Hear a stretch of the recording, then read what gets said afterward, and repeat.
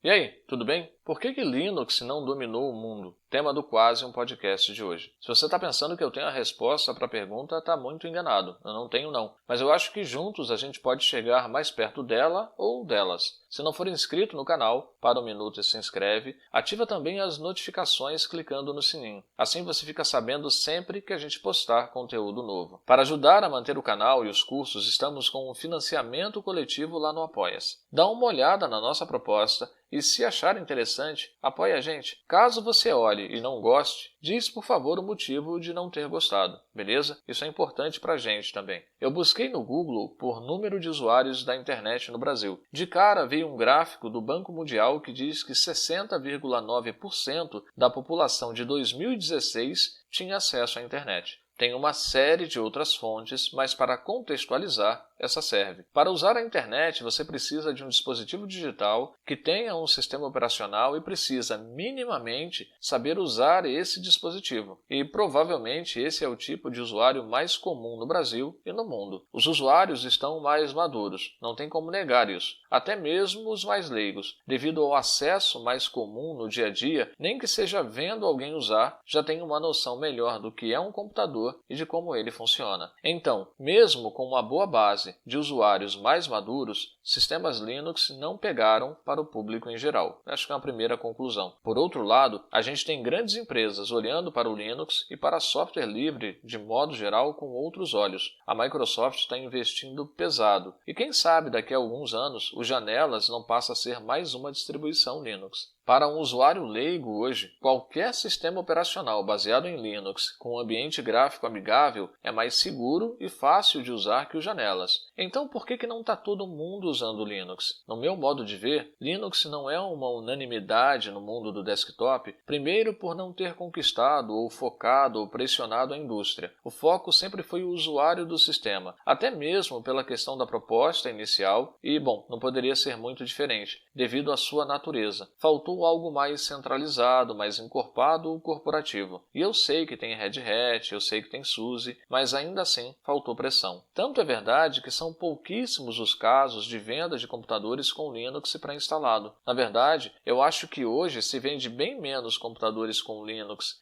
pré-instalados do que antes. E isso é só achismo mesmo, não tem nenhum dado que apoie essa minha afirmação. Nesse cenário, quem conseguiu unir os dois mundos, corporativo e o usuário final, com muito êxito, na minha opinião, foi o Ubuntu. Ele é fácil de usar, não só pelo ambiente gráfico, mas pela integração do hardware, é estável o suficiente para você ter na sua empresa e se manter atualizado em relação a versões mais novas de aplicativos. O segundo ponto é o comportamento da comunidade. A grande maioria dos grupos é focada no sistema, no software, e pouco no usuário, o usuário final. Eu percebo um certo orgulho, no bom sentido, é claro, de ser e fazer parte de algo diferente, mas isso acaba excluindo. E eu acho que a comunidade pecou exatamente por não perceber que talvez, o grande papel dela não seja em discutir o software pelo software, mas sim em como tornar o software mais atraente, fácil, usável, amigável ao usuário final. Ao meu ver, a comunidade era para ter como principal papel a inclusão. E antes que se formem discussões em torno disso, você pode incluir como comunidade e ainda assim discutir o lado mais técnico da coisa. E sim, tem muita comunidade que não faz o menor esforço para amparar o usuário leigo. O terceiro ponto é a objetividade. A maioria dos sistemas operacionais baseados em Linux são genéricos além da conta. É muita opção, muita. E isso gera estresse e insegurança.